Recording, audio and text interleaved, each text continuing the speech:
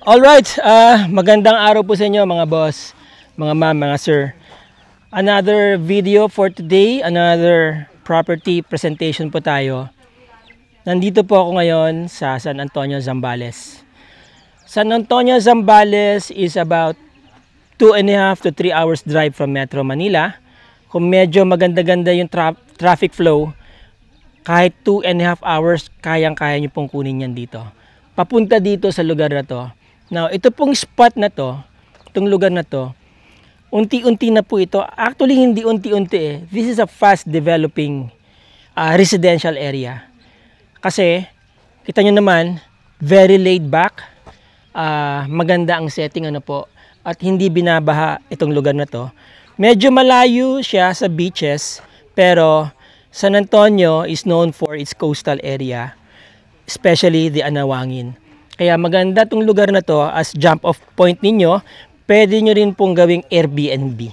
Alright? Now, ito po yung property. So, ito po yung binibentang property mga boss, mga sir. Vehicular gate, pedestrian gate, maluwag. Maganda yung fence ano po kasi through and through yung pasok ng hangin.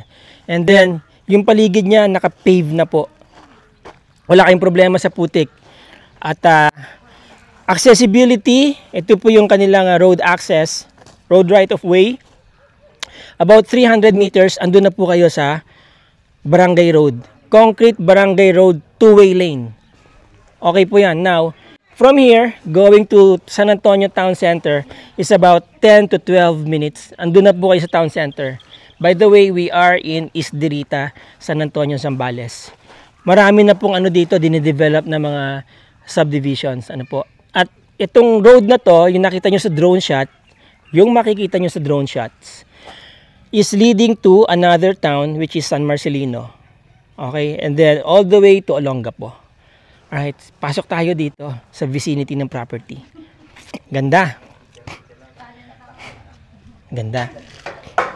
Kita nyo naman, no? Naka-pave na. Ha? Oo. Kita nyo naman, naka-pave na. Diba? Oo. Napaka-ideal niya na gawing vacation house, retirement house, no? Napakaganda ng pagkaka-set up ng bahay. Kita niyo yung mountain view sa likod? Yan, no? Pwede kayong magpalagay pa ng isang structure dito actually. Tapos meron kayong view deck, kita niyo na yung bundok. Araw-araw, di ba? Okay, so yung bakod niya, itong frontage, mababa, para at least yung mga dumadaan makikita nyo kaagad. And then here, hindi rin siya ganun kataas, ano? Kasi dito po sa lugar na to, this is a very safe neighborhood, ano? Makita nyo naman sa drone shots, ano, mga middle class up ang mga nakatira dito. 'Yon. There you go. Okay, tapos nandito yung kanilang gravity or level tank. I think that is 1,000 liters. Ano po? Dito yung source ng tubig. Ayan, no. Okay yung kanilang okay yung kanilang makina. Is this electric?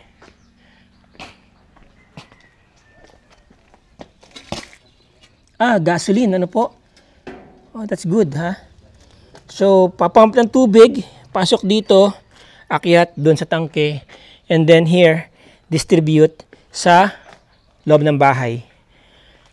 1/3 ang kanyang main distribution line, kaya malakas ang tubig dyan. Usually kasi kapag mga level tank, maganda po ang sipa ng tubig sa mga gripo ninyo. Hindi siya pressurized, no? Hindi kagaya ng pressure tank na inconstant na pressurized po yung mga linya ng tubo, kaya minsan nagkakaroon kaagad ng leak. Okay, so dito sa side na to, itong area na to, very ample parking space kung may mga bisita kayo. Pwede din kayo mag-held ng dito ng garden party. Yan. And then eventually kapag lumaki na itong mga puno na yan, lalo pang gaganda yung facade ng bahay na to. No, 60 square meters po ang floor area ng bahay. Papasok tayo ngayon. Paalam muna tayo doon sa may-ari. May mga may-ari. Oh, ayan. Yan naman si Ma'am Emeline, no? Ma'am Emeline, anong ginagawa mo dyan? Okay. Si Sir, okay lang makita kayo sa video? Okay, ito po si Sir. Pwede bang kayo na lang interviewin ko muna? Konti lang. Okay, lagyan ko kayo ng mic. Sir, pwede po ba kayong magpakilala sa ating mga viewers na pwede rin natin maging buyers? Right. Ano Ako pa po ang owner ng bahay. Ako Ng po bahay. si Emer De Leon. Emer De Leon. Okay. So, Sir, kailan po na-construct itong maganda niyong bahay? Last September 2024. Talaga? Oo. Gaano po kalaki yung floor space niya? 60 square meters. 60 square meters. Alright. So, Sir, pwede po ba tayong Okay. pwede niyo akong i-tour sa loob? Sige. Alright. Now, napansin ko, maluwag ang inyong pintuan, Sir. Powder coated. White. Wow! Ang ganda ng interior. Ganda ng interior, mga boss, mga ma'am, mga sir. Bumagay yung, ano po yan? WPC? Wood Plastic Composite? Ayun. Yan yung latest. Dito sa labas, naka-wood plastic composite din siya. Spandrel. Kaya, hindi agad masisira yan. Oo, halos lifetime na yan. Ang ginamit niyo po ditong base ng bubong, bakal. Okay, bakal. Yan, ang ganda ng, saka angle bar. ang ganda ng tiles yung sir, ha? Merong mga accent ng gold. No? Parang marble siya na merong, may nag-gold. Ayan, no? Kung makikita po sa camera. No? Alright, by the way, sabi sa akin ni sir, lahat ng makikita nyo dito, pera na lang syempre yung mga personal na gamit nila, is kasama na. Saka yung maliliit Apo. na... Sir, pwede po ba natin i-off yung music? Sige. Kasi makaka-copyright ako. Yung bahay po, fully furnished. Yun, fully furnished na yung bahay. May aircon. Oo. Maganda yung aircon nyo. At least meron ng circuit breaker doon. Naka-ready na ano po. Ilang horsepower po yan? Samsung. 2 horsepower. Ay, di ang lamig. Okay, Now, kasama na rin po itong TV. Ito. Ayun, ang ganda ng... 55 inches. 55 inches na TV. Ayun, no? May internet po ba kayo dito? Wala pa. Pero available yung... Available? Ano pong yung internet? linya ng internet. Available po doon. Converge at saka... Converge. Ayun, may Converge na po dito. Tapos naka-wood slats dito. Anong tawag yan, sir? Wood slats? Yan. And then here, mayroong glass window, no? Kaya maganda yung pasok ng liwanag sa loob. Yun. Ang ganda po ng interior ng bahay, oh. Yan, no? Sir, sino po nag-design ng interior nyo? Nag-layout? Ako na. Kayo na. Architect ba kayo, sir? Hindi naman. Hindi naman. Electrical engineer ako. Electrical engineer. Alright. So, makakasigurado kayo na maganda ang pagkaka-layout ng kuryente nito. No? Ng mga wirings. Alright. So, kaya pala, yun, merong ano. Kasi alam niyo, sir, karamihan na nakikita kong naka-aircon na ganyan. Wala kagad nakatabing circuit breaker, di ba? For safety kasi yan eh. Yun. So, double safety yan bukod sa nakalakabit pa siya doon Meron na siyang breaker doon na sarili tapos meron pa siyang cut. Alright, yun. Okay, sir. Ang ganda ng ang ganda ng kisame niyo. Bumagay po sa kulay ng bahay, no? Kaya ako nilakihan yung horsepower nito para kasi dining doon sa labas eh. I-open mo lang yung window. Para papasok na yung lamig doon? Okay, sir. So, ito, pag in-open natin to, naka-contiguous yung ayun, no? Dining area na pala yan. Kasi nakaalis, pinaglagyan muna namin ng mga Okay lang, sir. Nice. And then, may bar. Pwede na rin maging breakfast nook, no? Opo. Tapos, ito yung inyong kitchen. Bali, dalawa yung kitchen. Ito yung parang formal kitchen nyo kapag may mga guest kayo, di ba? I-entertain nyo dito. Okay. Ang ganda ng sofa nyo, sir, ha? Tapos, bago lahat yan. Bago lahat, pati lababo. Tsaka, sir, napansin ko ang gaganda ng mga outlets nyo, ha? Universal. Pwede ko bang buksan yung cabinet, sir? Okay. Ayun, no? Nakita nyo. Okay. Of course, soft close. Yan. Yan mga uso ngayon, eh. Alright, so naka-tiles yung ano niya. So, mayroong cabinet pantry dito. Yun, dyan yung stock yung food. Ayan. Ang dami yung chiko, sir, ha? Okay, kasama na rin itong ref, sir. Iwanan nyo na yan sa presyo. Pati ref nyo, maganda, ha? Brand new lahat yan. Brand new lahat. Okay. Tapos, as we move on, ito, sir, pantry din to. Part pa rin ng pantry. Okay. So, as we move on, ang ganda rin ng door nyo, ha? Dun sa master mo. Ito po, ito ang dirty dito po kitchen. dirty kitchen. Ayun. Oo. And then, merong toilet and bathroom. Common toilet and bathroom. And then, here, ang pinaka-everyday kitchen nyo. Yes. Yan. Yun. Tapos, ito is going to the dining area at saka sa labas na rin na po. Yan. Ayun. Dito merong lanay. Yan. Pwede nga kayo maglagay ng alfresco dining area dito di ba? Tapos ito po yung dining area. Yun. All glass, panoramic view ng paligid ninyo. So kung magkakaroon kayo ng party, pwede nyo palang buksan lahat yan. Pwedeng buksan lahat. Di ba? Pwedeng buksan lahat to in the event na meron kayong party. Ayan sliding lahat. Yun. At saka kung gusto nyo yun ng alfresco dining area. Galing, sir, Ang galing na naisip nyo. Mabubuksan lahat yan, no? Smoke glass, analog. Yan. Of course, naka-tiles dito sa loob. About 1 inch, no? Mula dun sa ground. Yun. Galing. Ganda, sir. Ganda ng bahay nyo. Kasama na to, iwanan nyo na to mga tables na yan. Ito. Hindi kasama yan. Electrolux. Pera na lang kung gusto nila, no? Ayan, opo. Yun. Sir, may grass cutter kayo? Wala naman kayong grass. Hindi, yung kulungan ko ng kandon. Meron pa kayo dito sa area pa? Okay. Alright. So, meron din sila mga outside outlets. And then, dito, hindi ako nakaikot dito kanina eh. Ayun. So, yan. Yan yung tapon ng tubig from... ano po yung tubig na dumadaan dito? Yung kitchen. Tapos? Tapos ito, yung mga... ito. May catch basin to, sir, doon. Meron sa labas. Sa labas yung catch basin. Ayun. Okay. Naka-aircon din pala. Saan yung naka-aircon dyan? Yung kwartong isa. Yung kwartong isa. Okay. Alright. Aircon lahat yan. Naka-aircon lahat. Nice. Now, dito,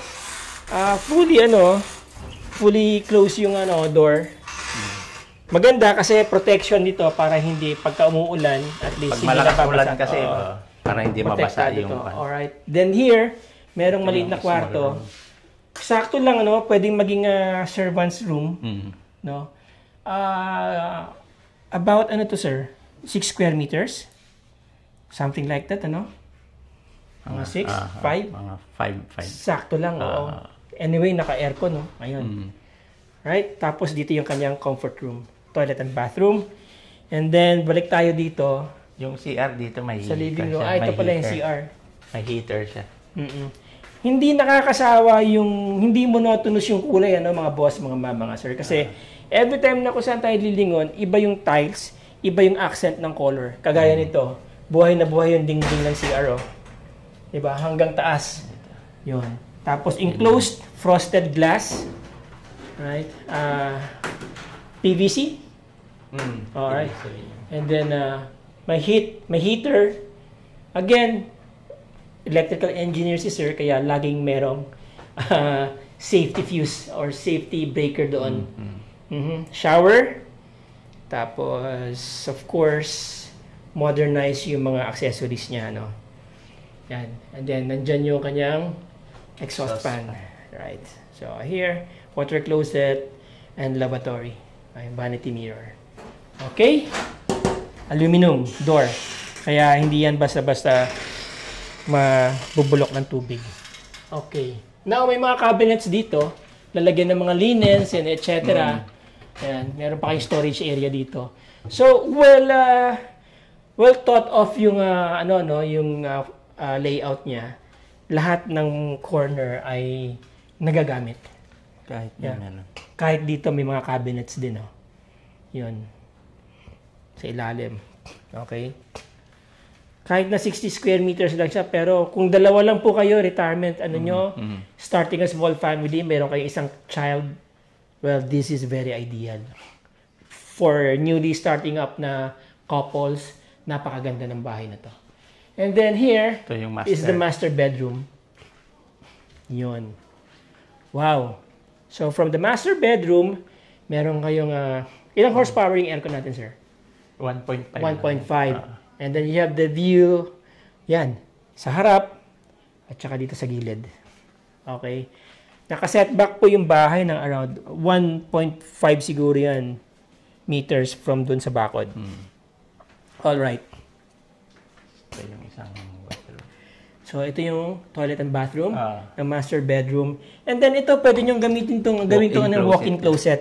Diba? Yan, may pintuan na rin. May mga shelves na, oh. So, yan. Ready na. Moving in na lang talaga kayo, guys. No? Damit nyo na lang na dadalhin ninyo at saka yung sasakyan nyo. Ayan. So, there you go. Iba din ng accentuation ng tiles dito.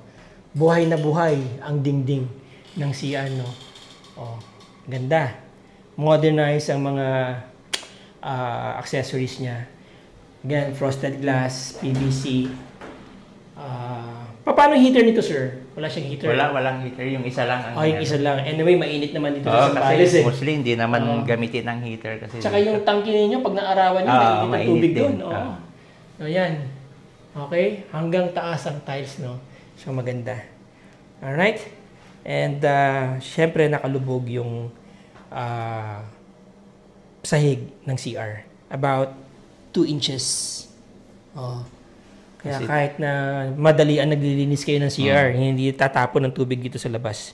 Ito yung washing machine na kasama. May kasama pang washing machine. Never been used, never been touched. Ayan, washing machine. Kasama na po yan doon sa package deal ni Sir. Alright, so, there you go mga boss, mga ma'am, mga sir. Ang ganda ng bahay, no? Moving in na lang talaga kayo. Meron pa kayong pamatay na mga lamok. Ayun, no? Diba, sir? Okay. Sir, binabaha ba dito? Hindi. Alright. Okay.